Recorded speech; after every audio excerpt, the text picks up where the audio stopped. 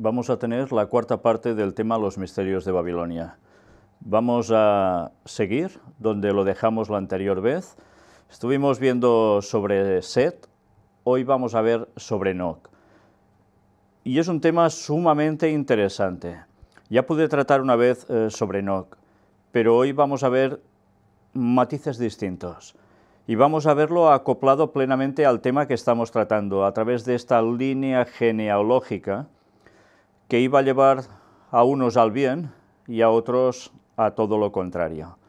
Y vamos a seguir viendo esa forma de convivencia entre unos y otros, los tratos que llegaban a tener, y hasta dónde les llevó esto. Y esto, a su vez, nos va a dar paso para poder comprender aún más cosas que vendrán después. Pero estad atentos, porque posteriormente a todo esto vamos a tener un tema que va a ser muy sorprendente, muchísimo. Os lo aseguro que es de los temas más apasionantes que podremos llegar a tratar cuando veamos el significado de ciertas cosas. Y todo esto nos va a llevar de lleno al tema de sociedades secretas, de antes del diluvio a después del diluvio. Y vamos a ver cómo todo irá cuadrando hasta desembocar en lo que terminó conociéndose como esos misterios de Babilonia que se han ido prolongando a lo largo del tiempo hasta nuestros días y aún irán un poco más allá.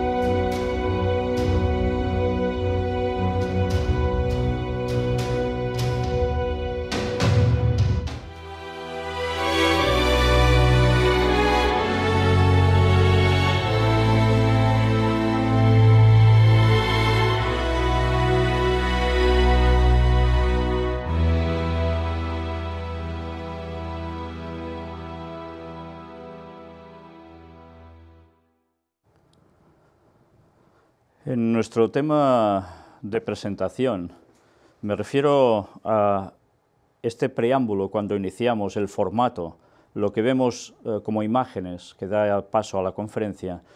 Aparece una imagen, es la misma que veis a mi espalda. Es el momento clave, el momento del retorno de Cristo, su segunda venida. Hemos tratado muchísimo sobre eso, pero aún tendremos que ver más cosas. Y parte de ello va relacionado precisamente con Enoc, el personaje del cual vamos a tratar hoy. Pero vamos a ver que ese personaje tiene relación también con otras personas, y no solo del pasado, sino de este presente y de lo poco que queda de futuro hasta el retorno de Jesús. También una imagen de portada, un momento culminante. Hubo una promesa dada a nuestros primeros padres, Adán y Eva. Una promesa que iba a marcar un linaje muy bien delimitado, del cual aparecería el Mesías pisando la cabeza de la serpiente, el símbolo de Satanás. Y que vamos a ver que todo esto tiene su trascendencia, una promesa que ha servido para pensar a lo largo de todas las generaciones pasadas, desde ellos mismos, que aparecería el Mesías y salvaría a su pueblo, a todo su pueblo, estuviera donde estuviera en este mundo, no solo a judíos, sino a personas sinceras, personas que desde luego estuvieran de acuerdo y en conformidad a su conciencia si no sabían más. Pero también todo esto apuntaba no solo a vencerlo en la cruz, a Satanás, sino también a vencerlo aún más rotundamente en su segunda venida, pero aún más en su tercera venida. De todo eso hemos tratado muchas veces. Hoy vamos a centrarnos en lo que nos interesa en concreto. Antes del diluvio, una vez más nos situamos allí, y una vez más nos situamos en esa línea genealógica que esta vez está describiendo a los que son pueblo de Dios. Ya veis que en la Biblia van apareciendo dos linajes, muy claramente marcados. Y el linaje de hoy, el que vamos a tratar, sigue siendo el linaje de Set. Y mirad lo que vamos viendo en Génesis 5, a partir del versículo 9 hasta el 24. Mirad qué nos dice. Vivió Enós 90 años y engendró a Cainán. Y vivió Enós, después que engendró a Cainán, 815 años, y engendró hijos e hijas. Y fueron todos los días de Enós 905 años, y murió. Vivió Cainán 70 años, y engendró a Mahalaleel. Y vivió Cainán, después que engendró a Mahalaleel, 840 años, y engendró hijos e hijas. Y fueron todos los días de Cainán 910 años, y murió. Vivió Mahalaleel 65 años, y engendró a Jared. Y vivió Mahalaleel, después que engendró a Jared, 830 años, y engendró hijos e hijas. Y fueron todos los días de Mahalaleel 895 años, y murió. Y murió. Pero esto no termina aquí. Fijaos cómo uno a otro van sucediéndose. Está muy claramente expresado en la genealogía bíblica. El Padre, el Hijo del Hijo, y así sucesivamente. Los años que vivían los hijos iniciales, pero también nos hace constatación de que cada uno de ellos después tenía aún más hijos y más hijas. Evidentemente la tierra se estaba poblando enormemente. Y llega el punto en que aparece alguien, hijo también de un personaje, como hemos visto ahora, llamado Jared. Vivió Jared 162 años y engendró a Enoc. Y de él vamos a tratar hoy. Y nos sigue diciendo, y vivió Jared después que engendró a Enoc 800 años y engendró hijos e hijas. Y fueron todos los días de Jared 962 años y murió. Fijaos que aquí Jared se nos marca su edad, se nos marca también la edad que tenía cuando él fue padre de Enoc, y quedaos con los años que él llegó a vivir después de tener a Enoc, muchísimos. Vamos a ver si Enoc vivió los mismos, vivió más o vivió menos. Pero es algo a tener en cuenta. Vivió Enoc 65 años y engendró a Matusalén. Y este nombre seguro que os suena, ¿verdad? Siempre se comenta, eres más viejo que Matusalén. ¿Por qué? Pues bueno, ahora veréis el por qué se dice esa expresión. Y caminó Enoc con Dios después que engendró a Matusalén 300 años y engendró hijos e hijas. Y fueron todos los días de Enoc 365 años. Dice que esto fueron todos los días de Enoc, 365 años. ¿Su padre cuántos años vivió? 962. Por tanto, vivió más el padre que el hijo. ¿Sí? ¿Realmente es así? En la tierra sí. Pero, ¿por qué digo en la tierra sí? Mirad cómo continúa.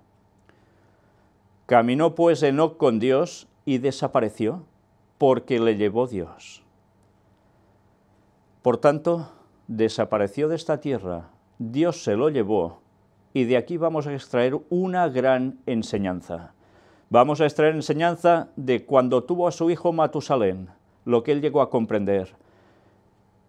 Un hijo que siguió vivo después que él marchara. Porque Matusalén, aquí no lo mostramos, pero los textos van añadiéndose, y muestran que vivió 969 años, el récord absoluto de todos los que fueron antes del diluvio y evidentemente después. Por eso es el conocido como el más viejo de todos, Matusalén. Tampoco llegó a los 1000 años, fijaos. Pero Enoc caminó con Dios, se lo llevó Dios. Por tanto, sigue vivo. Superó con creces a cualquiera de todos estos personajes. No vivió la misma cantidad que ellos en la tierra. A los 300 y ¡hop!, se lo llevó el Señor. Pero después, ¿qué pasó? Siguió viviendo y sigue vivo. ¿Dónde está? Pues si se lo lleva a Dios, ya os lo podéis imaginar, ¿no? Bueno, como el tema seguiría y daría para mucho más, nosotros nos hemos de ceñir precisamente a lo que estamos tratando. Y vamos directamente donde lo dejamos en la lectura de Patriarcas y Profetas, este fenomenal libro de Ellen White, que una vez más nos sigue aclarando, dando unos detalles que no podemos dejar de lado para llegar a entender los misterios de Babilonia posteriormente. Estuvimos hablando de Set, da una breve explicación al final y ahora sigue con Enoc diciendo esto. Las Escrituras dicen que Enoc tuvo un hijo a los 65 años. Después anduvo con Dios durante 300 años. En la primera parte de su vida, Enoc había amado y temido a Dios y guardado sus mandamientos. Se habían dado correctamente ante Dios. Pertenecía al santo linaje. ¿Os dais cuenta la importancia? Pertenecía al santo linaje, a los depositarios de la verdadera fe, a los progenitores de la simiente prometida, Adán y Eva.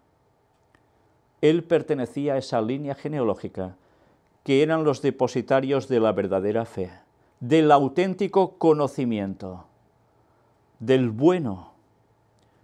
Esto quiere decir que habría otro linaje que no depositaban precisamente en ellos la verdadera fe, que tenían un gran conocimiento también, pero que iba a ser torcido. Y esto ya nos empieza a marcar pautas. Pero sigamos.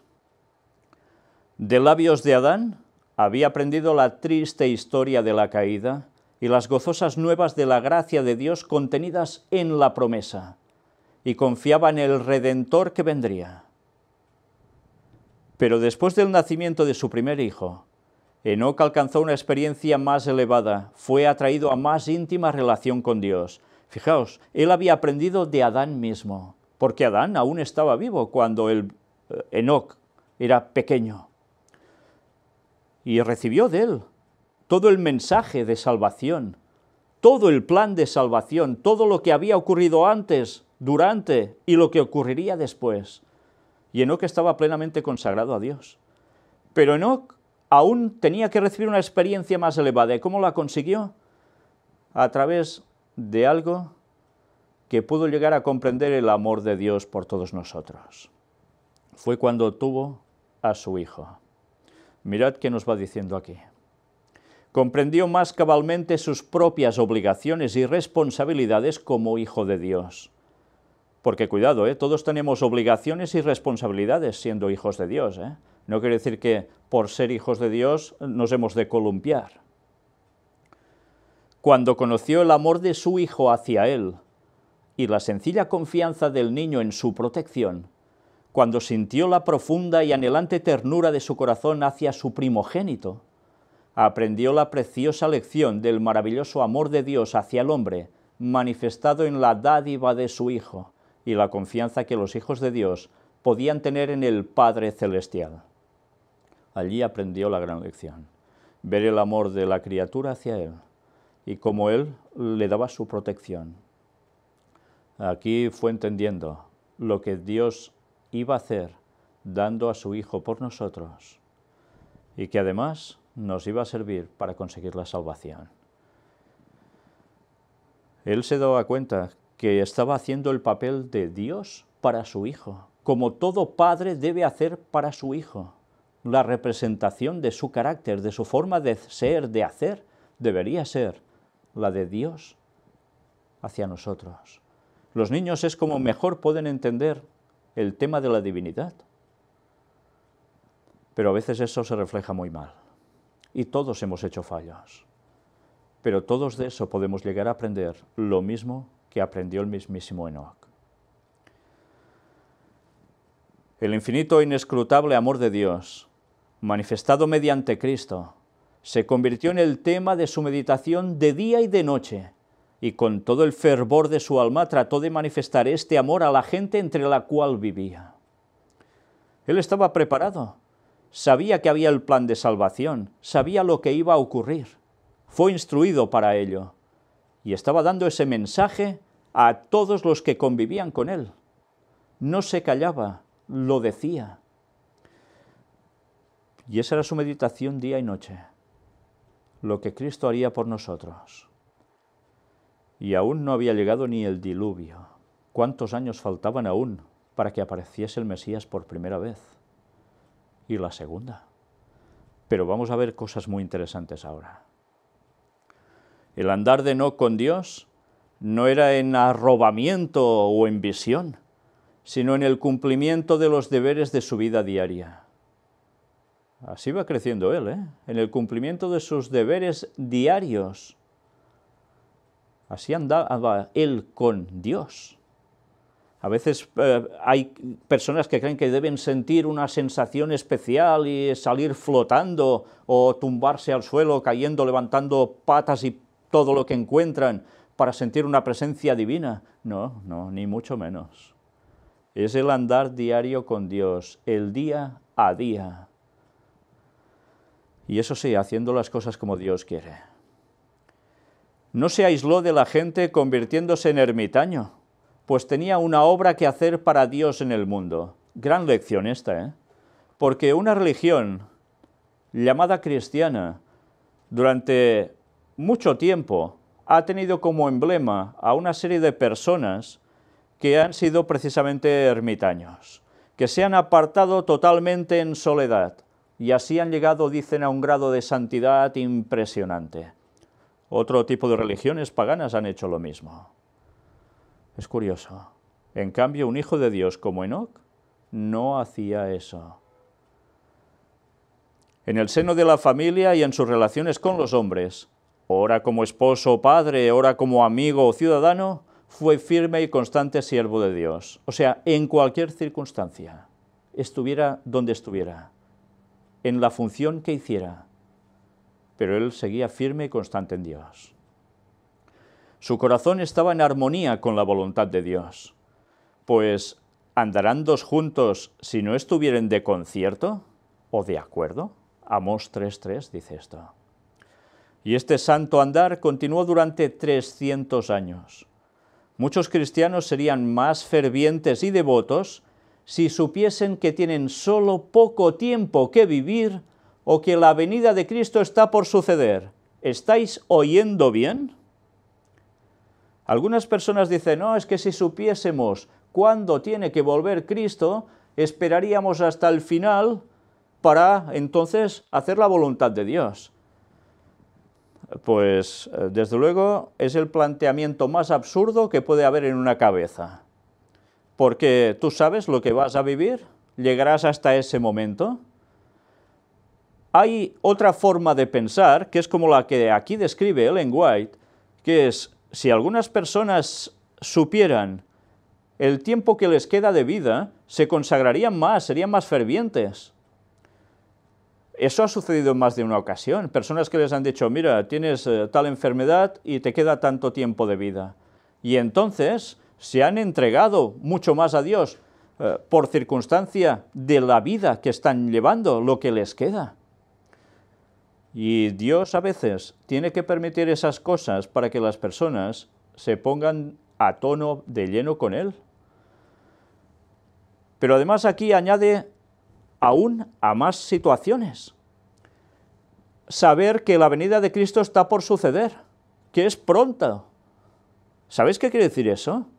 Que si personas saben cuándo regresa Cristo, pues van a reaccionar y se acercarán plenamente a Dios. Y estamos comprobando cómo eso es una auténtica realidad cuando no solo por las señales, sino por saber el año del retorno de Cristo en 2031, a los 6000 años desde la entrada del pecado, hay personas que ya están reaccionando así, entregándose a Dios, y no solo por el temor de que, uy, es que si no hago caso me pierdo, sino porque algo les hace renacer en ellos la esperanza, y algunos se la incorpora por primera vez porque la desconocían, y se consagran al Señor. ¿Cuántos testimonios no hemos recibido así? Entonces, algunos dicen, no, es que si se supiera, ya esperaríamos hasta el final y ya está. ¿Os dais cuenta de lo absurdo? Y mirad cómo esto va relacionado con Enoc y con la gente del último tiempo que sea pueblo de Dios. Mirad qué nos va diciendo. Pero en el caso de Enoc, su fe se fortalecía y su amor se hacía más ardiente a medida que pasaban los siglos. Él no necesitaba solo de saber que, mira, en tal momento va a acontecer algo, o te queda tanto por vivir para acercarse más a Dios. Él era el día a día lo que lo hacía crecer estando con más plena comunión con el Señor. A él le pasaban siglos, 3 siglos. Nosotros no vamos a vivir 3 siglos en la tierra. Nadie desde muchísimos años atrás ha vivido 300 años. A lo más 80, 100, 100 y algo algunos. Nosotros viviremos menos en esta tierra. ¿Y no vamos a seguir creciendo día a día con el Señor? ¿Solo por saber que Jesús va a retornar en 2031 ya nos vamos a apagar y ya está? Sino todo lo contrario, seguiremos creciendo y creciendo día a día, por si tampoco llegamos a ese momento, si el Señor nos llama al descanso antes. La relación es personal con Dios día a día. Enoc poseía una mente poderosa, bien cultivada. Fijaos la importancia de esto, se puede tener una mente poderosa, pero si no la cultivas, no te va a servir para lo mismo. Él, además, la cultivaba bien.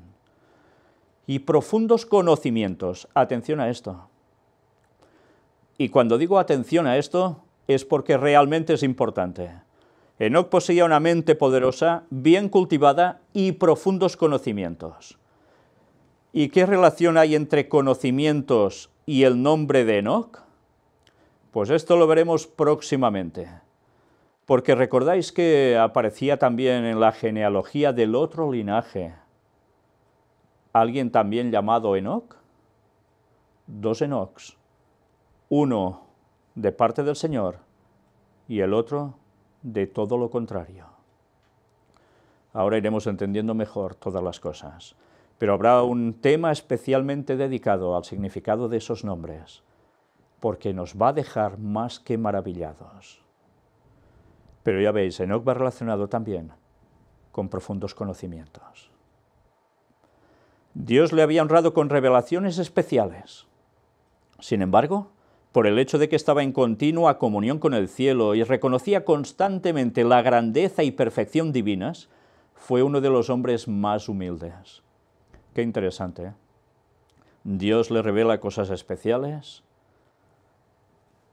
tiene una comunión con Dios tremenda, y resulta que tiene un conocimiento impresionante y es de lo más humilde que puede haber. Fijaos qué diferencia cuando ese conocimiento está en Dios o está en el enemigo. Cuanto más íntima era su unión con Dios, tanto más profundo era el sentido de su propia debilidad e imperfección. Esta es la clave de todo. Cuanto uno más se acerca a Dios, más cuenta se da de lo débil que es e imperfecto. No puede sentirse superior a nadie, porque se da cuenta lo lejos que está de ser como Cristo aún.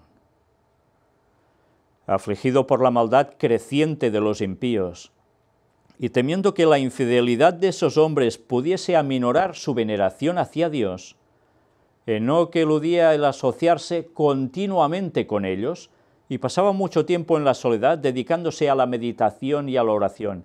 Pero no era un ermitaño, Hacía esto durante días, durante un tiempo, pero ¿qué hacía después?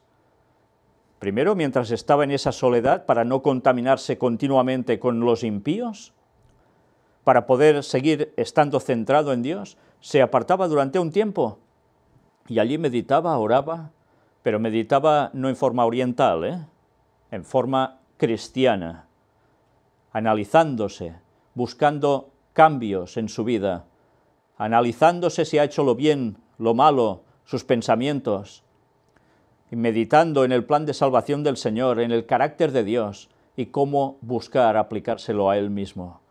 Y evidentemente solo no podía. Lo hacía en oración pidiéndoselo al Señor. Y además en oración, ¿no creéis que pedía también por todos los demás? ¿Y qué hacía después? Ahora lo iremos viendo. Así esperaba ante el Señor, buscando un conocimiento más claro de su voluntad a fin de cumplirla. Fijaos, ¿qué buscaba? Conocimiento. Y conocimiento aún más claro de la voluntad de Dios para cumplirla. Tremendo, ¿eh? Otras personas buscan otro tipo de conocimiento que no va a servir para esto, sino para todo lo contrario. Fijaos cómo ya estamos anteponiendo una situación a cualquier cosa, y es que hay un conocimiento que puede ir muy bien encarado hacia Dios, pero hay otro tipo de conocimiento que puede llevar a todo, absolutamente todo lo contrario. Y algunos ni conocimiento quieren, que además lo desprecian, como dice Oseas, y se van a perder. Para él la oración era el aliento del alma. ¡Qué bonito! Vivía en la misma atmósfera del cielo. ¿Estamos nosotros igual que él? ¿Tenemos esa misma atmósfera del cielo en nuestras vidas? Por medio de santos ángeles, Dios reveló a Enoc su propósito de destruir al mundo mediante un diluvio, y también le hizo más manifiesto el plan de la redención. ¿Os dais cuenta? Algunas personas creen que Noé es el primero en recibir la amonestación de que iba a venir un diluvio que preparase el arca. Resulta que antes de Noé, Enoc ya fue advertido de que el mundo iba a ser destruido por un diluvio. Y además le añade, le manifiesta el plan de redención para el ser humano. Impresionante, ¿eh? ¿Y por qué Dios le puede mostrar esto a él? Pues porque él estaba en conexión con Dios. ¿Y de qué modo? Mediante el espíritu de profecía, lo llevó a través de las generaciones que vivirían después del diluvio, y le mostró los grandes eventos relacionados con la segunda venida de Cristo y el fin del mundo. No solo le mostró a través de los ángeles, con el espíritu de profecía, el tema de que venía un diluvio, sino que le mostró el futuro, las generaciones que irían pasando después del diluvio. Pero fijaos, no solo el tema de la redención, de la muerte de Cristo en la cruz, sino que aún iba más allá. Se le mostró también la segunda venida de Cristo y el fin del mundo. ¿Esto es un invento? El texto bíblico nos lo dice que así fue, ¿eh? Y lo veremos también expresado aquí. Fijaos si es importante leer bien la palabra de Dios, ¿eh? Enoc había estado preocupado acerca de los muertos. Le había parecido que los justos y los impíos se convertirían igualmente en polvo y que ese sería su fin. Esa era su sensación, ¿eh? Estaba preocupado por la situación de los muertos. No podía concebir que los justos vivieran más allá de la tumba. En visión profética se le instruyó concerniente a la muerte de Cristo y se le mostró su venida en gloria, acompañado de todos los santos ángeles para rescatar a su pueblo de la tumba. El Señor le mostró lo que a él le preocupaba y le muestra que no todo iba a terminar en la tumba. No quería decir que hubiera fantasmas después pululando por algún sitio, sino que Jesús volvería en su segunda venida y habría la resurrección de los muertos, de los que iban a ser salvos. También vio la corrupción que habría en el mundo cuando Cristo viniera por segunda vez, Atención, porque está hablando de nuestros días. Y habría una generación presumida, jactanciosa y empecinada que negaría al único Dios y al Señor Jesucristo, pisoteando la ley y despreciando la redención. Vio la situación de nuestros días. Vio la gente como generación presumida, jactanciosa y empecinada. Y eso sí, encima negarían al único Dios y al Señor Jesucristo. Tremendo, ¿eh? Pisarían la ley, despreciarían la redención. ¿No es lo que estamos viviendo ya? Esos días ya los vivió en visión, en profecía, Enoc. Y mirad qué nos añade ahora. Vio a los justos coronados de gloria y honor, y a los impíos desechados de la presencia del Señor y destruidos por el fuego.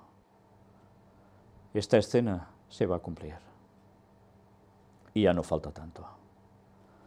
Enoc se convirtió en el predicador de la justicia e hizo saber al pueblo lo que Dios le había revelado. Fijaos, Enoc como pregonero de justicia, predicador de justicia. Y no se calló nada, lo revelaba al pueblo. Y mirad qué nos dice ahora. Los que temían al Señor buscaban a este hombre santo para compartir su instrucción y sus oraciones. Lo tenían como guía, También trabajó públicamente, dando los mensajes de Dios a todos los que querían oír las palabras de advertencia.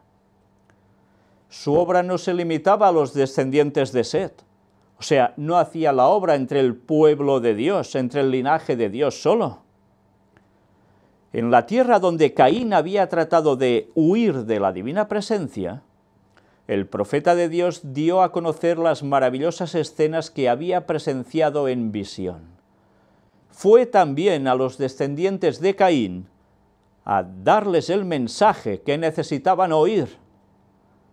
No solo habló a los suyos, habló a todo el mundo. Y mirad el texto de Judas, versículos 14 y 15. He aquí, dijo, el Señor es venido con sus santos millares, a hacer juicio contra todos, y a convencer a todos los impíos de entre ellos tocante a todas sus obras de impiedad que han hecho impíamente. Enoc ya hablaba del retorno de Cristo, como si ya hubiese sido un hecho. Esta es una versión antigua la que aparece en este libro, pero coged alguna otra versión un poco más moderna y veréis cómo habla también no solo como un futuro, sino como a sus ojos ya hubiese sido un hecho, el Señor viniendo con sus santos ángeles, millares de millares, a hacer juicio contra todos. Pero además a convencer a los impíos, porque sus obras de impiedad también van a pasar por juicio, para que puedan llegar a cambiar. El mensaje debía ser para todos. Y eso lo escribió Judas, no Iscariote, evidentemente. En esa carta que este otro Judas escribe, también discípulo del Señor, habla sobre Enoc y hace referencia a esto. Enoc condenaba intrépidamente el pecado. Mientras predicaba el amor de Dios en Cristo a la gente de aquel entonces y les rogaba que abandonaran sus malos caminos, reprobaba la prevaleciente iniquidad y amonestaba a los hombres de su generación, manifestándoles que vendría el juicio sobre los transgresores. Recordad, Enoc es un paralelismo con el pueblo de Dios del tiempo del fin. ¿Debemos hablar del amor de Dios en Cristo a la gente? Por supuesto, porque implica el plan de salvación. Pero además, hay que decir, cuando los caminos no son correctos, tal cual es, lo que debiera ser, y eso no hay que callárselo, porque viene un juicio. El Espíritu de Cristo habló por medio de Enoc y se manifestaba no solo en expresiones de amor, compasión y súplica, que ya lo hacía, pues los santos hombres no hablan solo palabras halagadoras. Dios pone en el corazón y en los labios de sus mensajeros las verdades que han de expresar a la gente, verdades agudas y cortantes como una espada de dos filos. Este es el mensaje también del tercer Elías. Enoc también tiene una conexión de lleno con el mensaje de Apocalipsis 18, el mensaje del cuarto ángel. Este pueblo final de Dios debe estar hablando las expresiones de amor hacia nosotros. Debe estar denunciando las cosas que se hacen mal, pero a su vez debe hablar de un modo rotundo y como una espada de dos filos penetrará con verdades agudas y cortantes, cosa que evidentemente a muchos, maldita la gracia que les hará, ¿eh que sí? ¿No está pasando ya eso? Fijaos cómo una vez más la historia se repite y lo que está escrito sigue siendo especialmente para los que han alcanzado los fines de los siglos, y esos somos nosotros. ¿Solo hemos de hablar de amor? Cuando se habla de ese modo, ¿ya no es amor? Qué mala interpretación del amor de Dios si tenemos esos conceptos. El poder de Dios que obraba con su siervo se hacía sentir entre los que le oían. Algunos prestaban oídos a la amonestación y renunciaban a su vida de pecado. Pero las multitudes se mofaban del solemne mensaje y seguían más osadamente en sus malos caminos. Una vez más, lo anterior vuelve a acontecer ahora, clarísimamente. En los últimos días, los siervos de Dios han de dar al mundo un mensaje parecido. No lo está diciendo Víctor Sant Vicenç esto, ¿eh? Estoy leyendo. Que será recibido también con incredulidad y burla. Y esto sí que lo dice Víctor Sant Vicenç. La historia se está repitiendo. El mundo antediluviano rechazó las palabras de amonestación del que anduvo con Dios. E igualmente la última generación no prestará atención a las advertencias de los mensajeros del Señor. ¿Y creemos que esto solo se aplica a las personas que no saben nada de la auténtica creencia? No. Ya lo iremos viendo, como esto también llegó a tener repercusión, incluso entre los llamados pueblo de Dios, igual que ahora. En medio de una vida de activa labor, Enoc mantenía fielmente su comunión con Dios. Cuanto más intensas y urgentes eran sus labores, tanto más constantes y fervorosas eran sus oraciones. Una cosa debiera acompañar a la otra, ¿eh? Más labor, más oración. De lo contrario, de nada serviría esa labor. Y él lo necesitaba, porque aguantar todas esas situaciones, fácil para nada sería, ¿eh? Seguía apartándose durante ciertos lapsos de todo trato humano. Después de permanecer algún tiempo entre la gente, trabajando para beneficiarla mediante la instrucción y el ejemplo, se retiraba con el fin de estar solo, para satisfacer su sed y hambre de aquella divina sabiduría que solo Dios puede dar. Fijaos que buscaba la sabiduría de Dios, su conocimiento. Más adelante veremos que otros buscaron otra sabiduría, entre comillas, otro conocimiento, entre comillas. Ya vamos viendo por dónde va todo, ¿no? Manteniéndose así en comunión con Dios, Enoc llegó a reflejar más y más la imagen divina. Debía hacer eso para reflejar la imagen de Dios. Tenía el rostro radiante de una santa luz, semejante a la que resplandece del rostro de Jesús. Cuando regresaba de estar en comunión con Dios, hasta los impíos miraban con reverencia ese sello del cielo en su semblante. ¿Recordáis a alguien más que le sucedió lo mismo por estar en pleno contacto con Dios? Moisés, que tuvo que hasta velar su rostro, porque no podían ni mirarlo a la cara. Y los impíos se daban cuenta que eso no era normal, que eso marcaba el sello del cielo en su semblante, porque él estaba con Dios de lleno. ¡Qué maravilla! La iniquidad de los hombres había llegado a tal grado que su destrucción quedó decretada. A medida que los años pasaban, crecía más la ola de la culpabilidad humana y se volvían más oscuras las nubes del juicio divino. Con todo, Enoc, el testigo de la fe, perseveró en su camino, amonestando, suplicando, implorando, tratando de rechazar la ola de culpabilidad y detener los dardos de la venganza. O sea, también intercedía al Señor. También procuraba que la gente reaccionara para que esa ola de venganza no llegara, se retrasara tanto como fuera posible, que cuantos más se pudiesen salvar, mejor. Pero él sabía que las cosas llegarían porque la gente no iba a cambiar, solo unos cuantos, pero no todos. Y por tanto el juicio estaba decretado y vendría. Y él sabía que las promesas de Dios se iban a cumplir.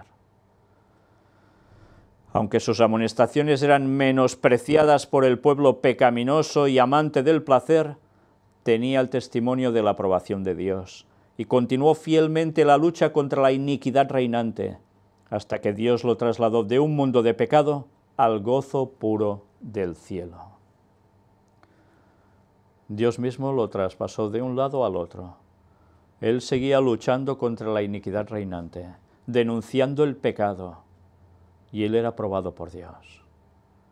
Y Dios al final tuvo que hacer algo con él. ¿Y por qué? ¿Por qué a él se lo llevó y a otros no se los ha llevado? Ya iremos viendo esto. Los hombres de aquel entonces se burlaron de la insensatez del que no procuraba acumular oro o plata ni adquirir bienes terrenales. A Enoc esto le importaba un bledo.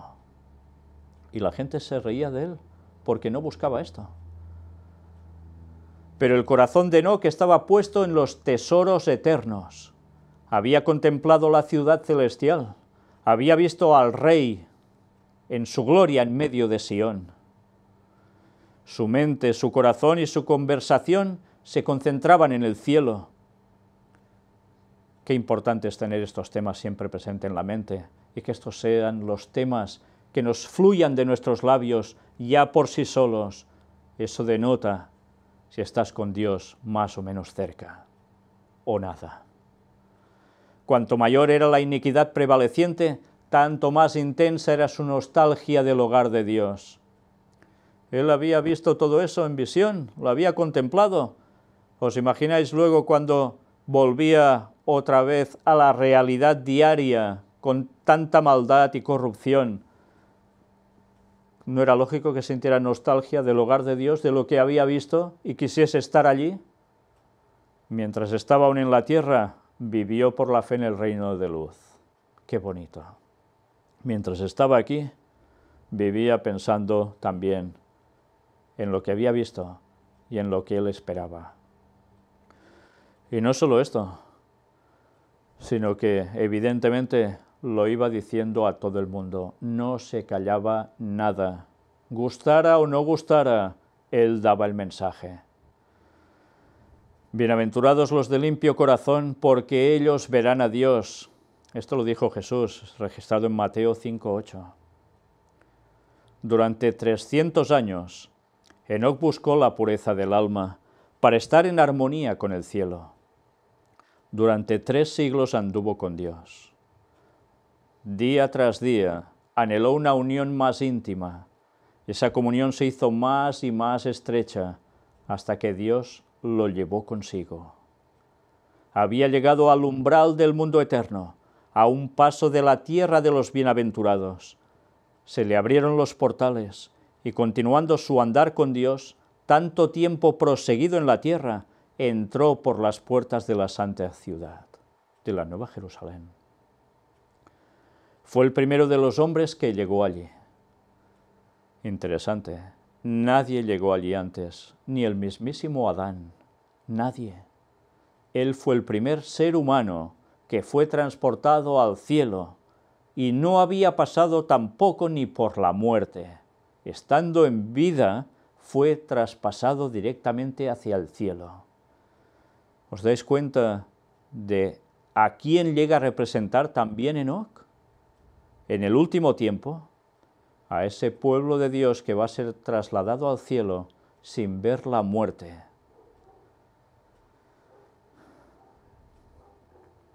Y quizá alguien más. La desaparición de Enoc se sintió en la tierra. La voz de instrucción y amonestación que se había escuchado día tras día se echó de menos. Hubo algunos entre los justos y los impíos que presenciaron su partida, y con la esperanza de que se le hubiese llevado a uno de sus lugares de retiro, los que le amaban hicieron una diligente búsqueda, así como más tarde los hijos de los profetas buscaron a Elías, que también fue llevado al cielo, recordadlo. Pero fue sin resultado. Informaron que no estaba en ninguna parte porque Dios lo había llevado consigo. Lo habían visto justos y lo habían visto impíos. El momento de ser arrebatado y llevado al cielo. Pero ellos no sabían que era llevado al cielo, creían que se había ido o lo habían llevado a lugares de retiro donde él podía ir a orar y lo buscaron y no lo hallaron. ¿Os dais cuenta qué testimonio tan importante para los que vieron eso? Mediante la traslación de Enoc, el Señor quiso dar una importante lección. Había peligro de que los hombres cedieran al desaliento, debido a los temibles resultados del pecado de Adán. Muchos estaban dispuestos a exclamar: ¿de qué nos sirve haber temido al Señor y guardado sus ordenanzas, ya que una terrible maldición pesa sobre la humanidad y a todos nos espera la muerte? Pero las instrucciones que Dios dio a Adán, repetidas por Set y practicadas por Enoc, despejaron las tinieblas y la tristeza e infundieron al hombre la esperanza de que, como por Adán vino la muerte, por el Redentor prometido vendría la vida y la inmortalidad. Cuando vieron que él, Enoc, ya no estaba en la tierra, comprendieron ya todos con suma claridad que la promesa, no solo ya de la redención en Cristo, de su muerte en la cruz, que nos daría la vida, que él aparecería el Mesías para salvarnos, sino también la otra promesa de su retorno, su segunda venida, iba a dar la inmortalidad, la vida por siempre a los salvos. Y Enoc fue llevado para ser una garantía de que eso iba a ser así, la traslación al cielo, la salvación. Y mirad qué añade. Satanás procuraba inculcar a los hombres la creencia de que no había premio para los justos ni castigo para los impíos, y que era imposible para el hombre obedecer los estatutos divinos. Mira, pues prácticamente lo mismo que ahora. Pero en el caso de Enoc, Dios declara de sí mismo que existe y que es remunerador de los que le buscan. Hebreos 11:6. Revela lo que hará en bien de los que guardan sus mandamientos. A los hombres se les demostró que se puede obedecer la ley de Dios, que aun viviendo entre pecadores corruptos, podían, mediante la gracia de Dios, resistir la tentación y llegar a ser puros y santos. Y lo vieron en Enoc, y posteriormente lo vieron en Elías. Lo mismo deben ver, al fin, entre el pueblo de Dios del último tiempo. Y mirad cómo lo dice. Vieron en su ejemplo la bienaventuranza de esa vida. Y su traslación fue una evidencia de la veracidad de su profecía acerca del porvenir que traerá un galardón de felicidad, gloria y vida eterna para los obedientes, y de condenación, pesar y muerte para el transgresor. Al ver cómo Enoc había sido trasladado, todos se dieron cuenta que lo que él decía era verdad e iba a pasar, y que habría salvación para unos y condenación para otros. Momentos de gran reflexión para todos los que vieron eso, sin duda. ¿Y creéis que al ver eso hasta los impíos no debieron decírselo a los suyos? El problema es cuántos llegaron a reaccionar. incluso de los que lo vieron. Por la fe Enoc fue traspuesto para no ver muerte, y antes que fuese traspuesto, tuvo testimonio de haber agradado a Dios, dice el versículo 5. Antes de ser traspuesto, ya tuvo ese testimonio, haber agradado a Dios. Y no murió. En medio de un mundo condenado a la destrucción por su iniquidad, Enoc pasó su vida en tan íntima comunión con Dios que no se le permitió caer bajo el poder de la muerte. El piadoso carácter de este profeta representa el estado de santidad que deben alcanzar todos los que serán comprados de entre los de la tierra, tal como dice Apocalipsis 14:3, en el tiempo de la segunda venida de Cristo. En ese entonces, así como en el mundo antediluviano, prevalecerá la iniquidad, o sea, en nuestros días, siguiendo los impulsos de su corrupto corazón y las enseñanzas de una filosofía engañosa, fijaos en esto, filosofía engañosa, el hombre se rebelará contra la autoridad del cielo. Filosofía engañosa. Lo mismo que hubo antes, volverá a ser. Hubo una filosofía engañosa. Hubo una serie de convicciones que no eran correctas y que llevó a muchos a la perdición y que influían en los demás. Y eso también tiene que ver con sociedades secretas. Lo mismo de antes sigue siendo ahora. Y con gente asociada a todo ello, que iba a influir en la sociedad, que iba a transmitir conocimientos que no eran los de Dios, y que ahora va a pasar lo mismo, y está pasando lo mismo, incluso haciéndose pasar por seguidores de Dios. Y van a llevar el mundo a la perdición absoluta. El gran engaño se va a consumar, porque esa filosofía engañosa ya tenía que ver con todo ello. Pero así como Enoc, el pueblo de Dios buscará la pureza de corazón y la conformidad con la voluntad de su Señor, hasta que refleje la imagen de Cristo. Tal como lo hizo Enoc, anunciarán al mundo la segunda venida del Señor y los juicios que merecerá la transgresión, y mediante su conversación y ejemplos santos condenarán los pecados de los impíos. Esto es lo que debemos hacer nosotros ya. Así como Enoc fue trasladado al cielo antes de la destrucción del mundo por el diluvio, así también los justos vivos serán traspuestos de la tierra antes de la destrucción por el fuego. Dice el apóstol: todos ciertamente no dormiremos, o sea, no moriremos, mas todos seremos transformados, en un momento, en un abrir de ojo, a la final trompeta. Porque el mismo Señor con aclamación, con voz de arcángel y con trompeta de Dios descenderá del cielo. Porque será tocada la trompeta y los muertos serán levantados sin corrupción, y nosotros seremos transformados.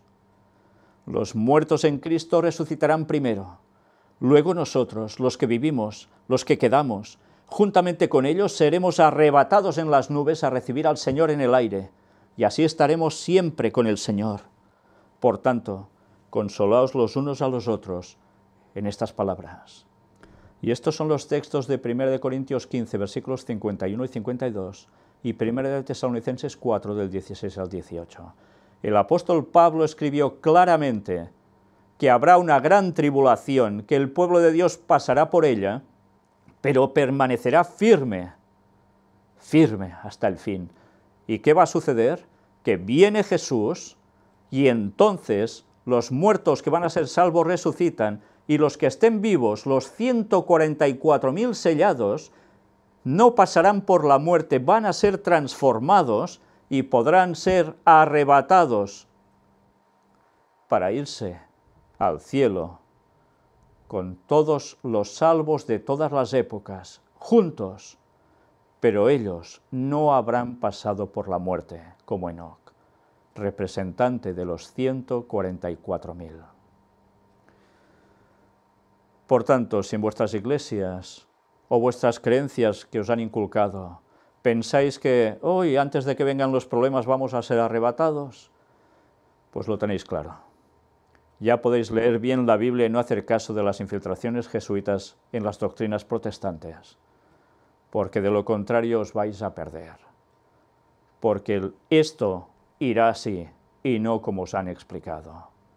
Y deberíais saber que los protestantes jamás, ni Martín Lutero, ni Wycliffe, ni Hus, ni absolutamente nadie, ninguno de ellos, llegó a creer en el arrebatamiento antes de la tribulación. Y que eso se infiltró hace relativamente pocos años y que ahora prácticamente todos los protestantes creen en eso. ¿Cómo os han levantado la camisa? ¿Cómo os han engañado? Esas falsas filosofías y creencias os las han inoculado hasta la médula. Despertad, despertad y abrazad la verdad. Guardad los mandamientos de Dios, incluido el sábado, porque esa será la piedra de toque del fin de los tiempos. Y dejaos de historias. Dejaos de prejuicios, preconceptos. Buscad la verdad de corazón, en oración, con sinceridad, y vais a ver cómo Dios os la muestra. Y os recomiendo que miréis los estudios bíblicos que hemos presentado en vídeo, donde se muestran todos los textos bíblicos, tal como son, no con malas interpretaciones que desvarían y hacen apartar a tantos de la verdad. Y vais a ver que no os estamos mintiendo para nada, y que aquí se busca con mensaje directo la salvación de todos, porque el amor de Cristo se manifestó en Jesús para salvarnos en la cruz, y en todo lo que está haciendo en el santuario celestial aún por nosotros. Y eso debemos conocerlo, debemos aceptarlo y debemos vivirlo y compartirlo, porque Jesús vuelve pronto. Maranata 2031. La segunda venida está muy cerca. En el quinto tema tendremos cosas impresionantes. No os va a dejar nada de todo ello como si no hubieseis visto absolutamente nada. Y aún habrá más temas. Y sinceramente, ¿a cuál más maravilloso? Porque destapar las artimañas de Satanás con la ayuda de Dios va a ayudar a muchos, y ya se está haciendo, y más que se hará, para que consigan la salvación. Que Dios os bendiga y nos ayude a seguir diciendo el mensaje final a este mundo, como Enoc lo dio en el suyo. Maranata.